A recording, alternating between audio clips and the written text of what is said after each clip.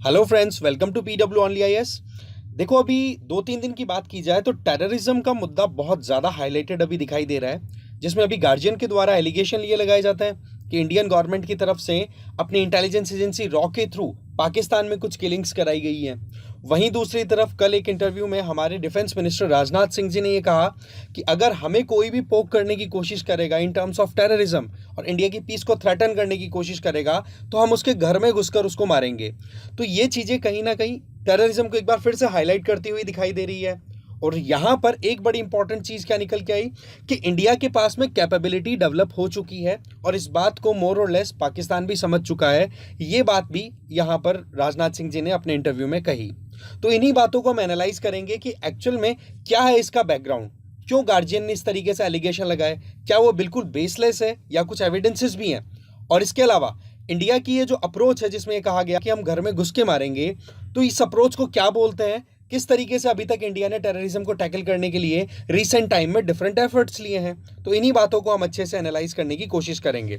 तो पहली बात तो ये है कि जब ये इंटरव्यू हो रहा था तो ये इंटरव्यू बेसिकली मुद्दा था वही गार्जियन वाला कि गार्जियन में रिपोर्ट आई है कि इंडिया की जो रॉ है इंटेलिजेंस एजेंसी, उसके द्वारा टारगेटेड किलिंग्स की कराई जा रही है पाकिस्तान में। तो उस बात को देखो, external affair minister S Jaishankar ji ने भी नकार दिया कि देखो, इंडिया की जो पॉलिसी है ना, गवर्नमेंट ऑफ इंडिया की पॉलिसी, उसमें टारगेटेड किलिंग्स बिल्कुल भी इन्वॉल्व नहीं है। ऐसा नहीं है कि हम टारगेट करके किसी को और मारने की कोशिश कर रहे हैं।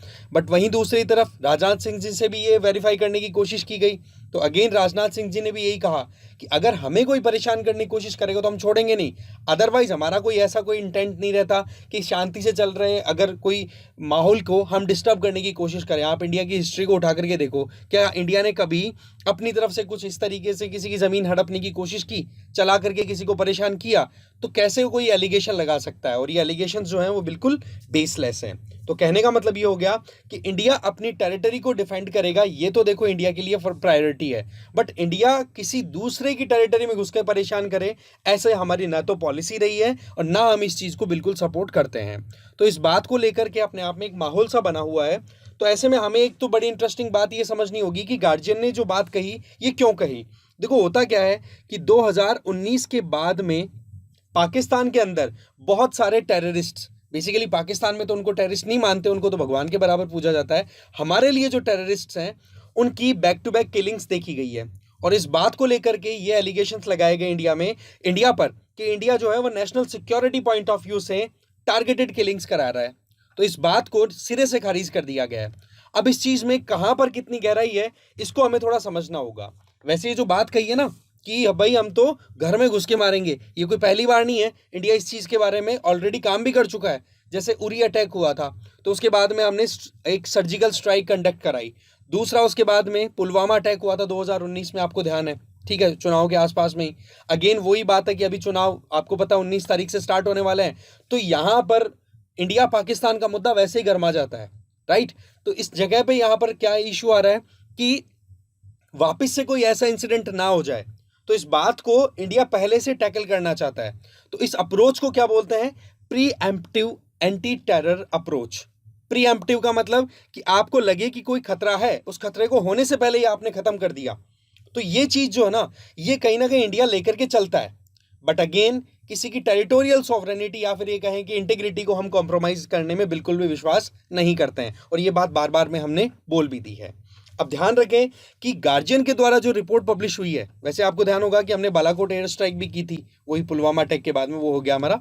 बट गार्जियन की बात करें तो गार्जियन में जो बात कही गई है वो बड़ी इंटरेस्टिंग है। कैसे कि देखो, रशिया की जो इंटेलिजेंस एजेंसी है जिसका नाम है SVRRF, और वहीं इसराइल की इंटेलिजेंस एजेंसी है दैट इज मोसाद, बोले ये एक अलग ही डिफरेंट अप्रोच के साथ चलते हैं और उस अप्रोच को pre emptive anti terror approach कहते हैं। जो मैंने अभी आपको समझाया कि टेररिज्म होने से पहले ही या टेररिज्म मैच्योर हो उससे पहले उसको खत्म कर देना। तो उसमें क्या कर रहे हैं वो कंट्रीज कि जहां कहीं भी उनके खिलाफ में कोई भी टेरर कॉन्स्पिरेसी प्लान हो रही है तो उसको वहीं खत्म करने की तैयारी कर देती है। उनकी इंटेलिजेंस इतनी ज़्यादा स्ट्रांग रहती है। दूसरी चीज़ यहाँ पर क्या बताई जा रही है कि UAE जैसे कंट्रीज में इसराइल और रशिया की जो इंटेलिजेंस एजेंसीज हैं उनके द्वारा स्पेशल सेल्स भी बनाए हुए हैं। अब वो स्पेशल सेल का काम क्या है? वहां पर इंडिविजुअल्स को रिक्रूट किया जाता है, उन इंडिविजुअल्स को जो कि उन जो टेररिस्ट एक्टिविटी करने वाले लोग हैं उनके खिलाफ में एक नाराजगी है। जैसे कि एग्जांपल यहां पर लो कि कुछ जिहाद फैलाने के लिए कुछ लोग काम करना चाहते हैं जो बहुत ही ज़्यादा रेडिकल हैं। उनको ये लगता है कि जिहाद के मामले में जो टेररिज्म फैलाने वाले लोग हैं वो एकदम परफेक्टली काम नहीं कर पा रहे हैं। तो जिहाद को फैलाना और टेररिस्ट एक्टिविटीज़ को कंडक्ट करना, इन दोनों के बीच में जो गैप आ रहा है ना, उस गैप को बोला इंटेलिजेंस एजेंसीज एक्सप्लॉइट कर रही हैं। और ये अपने आप में बहुत बड़ा एक तरीके का एलिगेशन है। इवन रॉ के लिए तो ये कहा है कि जिहादियों को पकड़ करके उनको रिक्रूट कर रही है रॉ, यहां तक कहा है गार्जियन ने, ठीक है, जो कि पाकिस्तान में रहने वाले लोगों से नाराज है कि पाकिस्तान प्रॉपरली इस्लाम को नहीं प्रॉपरली इंप्लीमेंट करवा पा रहा है अपने देश में, ठीक है। और दूसरी चीज कि पाकिस्तान के कई लोग हैं जो कि रॉ के साथ में एसोसिएट करके और फिर बाद में पाकिस्तानी सिस्टम को हिलाने की कोशिश कर रहे हैं। तो ये कई एलिगेशंस यहाँ पर गार्जियन ने लगाए हैं, बट अगेन हमारी तरफ से बिल्कुल डिनायल गया है कि ऐसा कोई अप्रोच नहीं है। बट यहाँ पर हमें ये देखना होगा कि ये जो एलिगेशंस लगाए गए हैं इनके पीछे की एक थ्योरी क्या है या बेस क्या है। तो इसके पीछे एक सीरियल किलिंग है जिसमें पाकिस्तान के अंदर मेजर सिटीज चाहे लाहौर हो या कराची हो, यहां पर आप देखते हो कि वहां पर घूम रहे हैं, कोई तो घर के बाहर घूम रहा है उसको घर के बाहर ही उड़ा दिया, कोई मस्जिद के बाहर बैठा है तो उसको मार दिया। तो ये इंसिडेंट्स कहीं ना कहीं पाकिस्तान के लिए एक एबनॉर्मल सिचुएशन दिखाई दे रही है उन लोगों को। बट वो बात अलग है कि आप अगर अपने बैकयार्ड में स्नेक पाल रहे हो तो डेफिनेटली वो आपको बाइट करेगा। ये तो हिलारी क्लिंटन ने पहले ही बोल दिया था, ठीक है। अब समझते हैं कि क्या ऐसे इंसिडेंट्स हैं जिनको लेकर के गार्जियन ने ये बात कही। देखो, एक तो होता क्या है, सितंबर 2023 में रियाज अहमद नाम का बंदा, ठीक है, रावलकोट जो कि पाकिस्तान ऑक्यूपाइड कश्मीर में है, वहां पर अल कुदूस करके एक मस्जिद है उसके बाहर बैठा था, तो वहां पर उसको मरवा दिया गया, जो कि लश्कर ए तोयबा का कमांडर था। दूसरा इंसिडेंट आता है chief of Khalistan commando force. अब आपको पता है खालिस्तान वाला मुद्दा तो वैसे ही कितना ज्यादा हमारे लिए एक पैनिक वाला है, राइट। तो उस चीज को भी यहां पर कनेक्ट करने की कोशिश की गई है।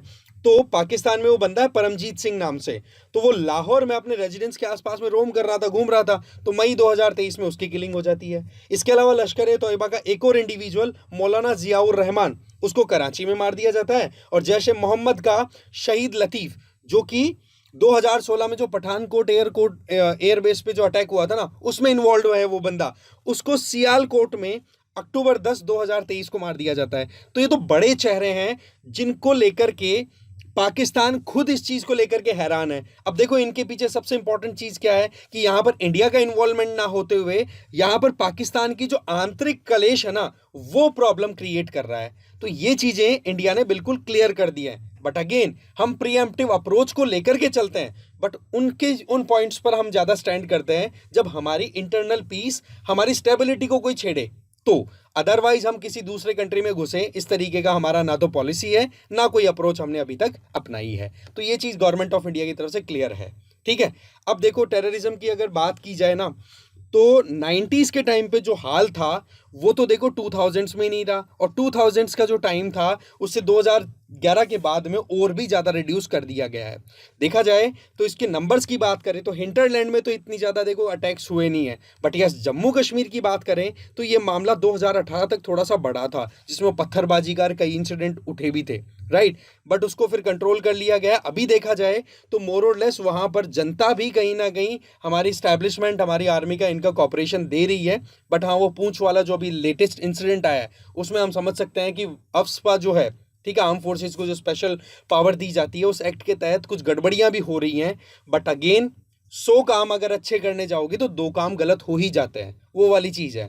हाँ, ये बात ठीक है कि अफ्स्पा एक अपने आप में बहुत बड़ा ड्रैकोनियन लॉ के तौर पे भी देखा गया है, तो उसको रिपील करने की बात भी हो रही है। बट अगेन सिक्योरिटी को कॉम्प्रोमाइज ना किया जाए, ये सबसे पहली प्रायोरिटी पे रखी जाती है गवर्नमेंट की तरफ से।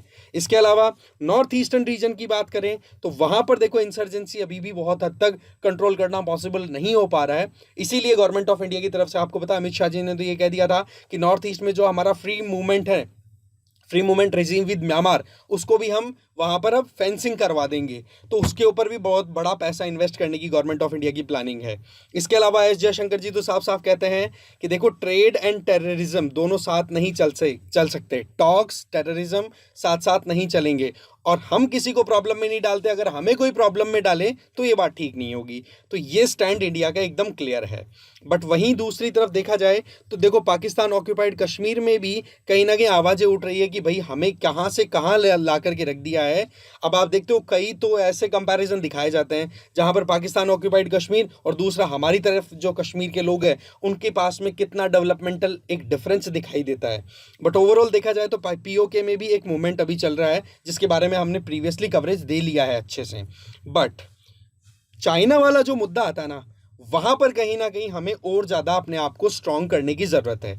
ये तो देखो फैक्ट है कि चाइना हमसे बहुत ज्यादा स्ट्रांग है, बट वहीं दूसरी तरफ देखा जाए तो हमें अक्साई चिन वाले एरिया को अगर क्लेम करना है और अरुणाचल पे आए दिन चाइना अपनी तरफ से कुछ ना कुछ इस तरीके की क्लेम कर देता है, कभी नाम बदल देता है, कभी जगहों के नाम बदल देता है और यहाँ के लोगों को भी एक तरीके का फ्री पासपोर्ट देता रहता है कि हाँ भाई आप तो चाइनीज ही हो इस तरीके से।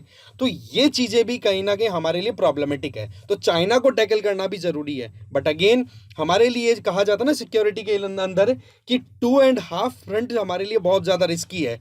2 में एक तो चाइना, दूसरा है पाकिस्तान और तीसरा है हमारे इंटरनल सिक्योरिटी, राइट। इन तीनों फ्रंट्स के लिए हमारी सिक्योरिटी एजेंसी और गवर्नमेंट मिल करके काम भी कर रही हैं। बट अगेन चाइना वाला जो मुद्दा है उसको टैकल करने में अभी भी कहीं ना कहीं आप भी देख सकते हो कि अभी इलेक्शंस का माहौल चल रहा है तो अपोजिशन पार्टी भी सवाल उठाने लग गई है, भाई चाइना के लिए क्या कर रहे हो, पाकिस्तान को तो कह दिया आपने।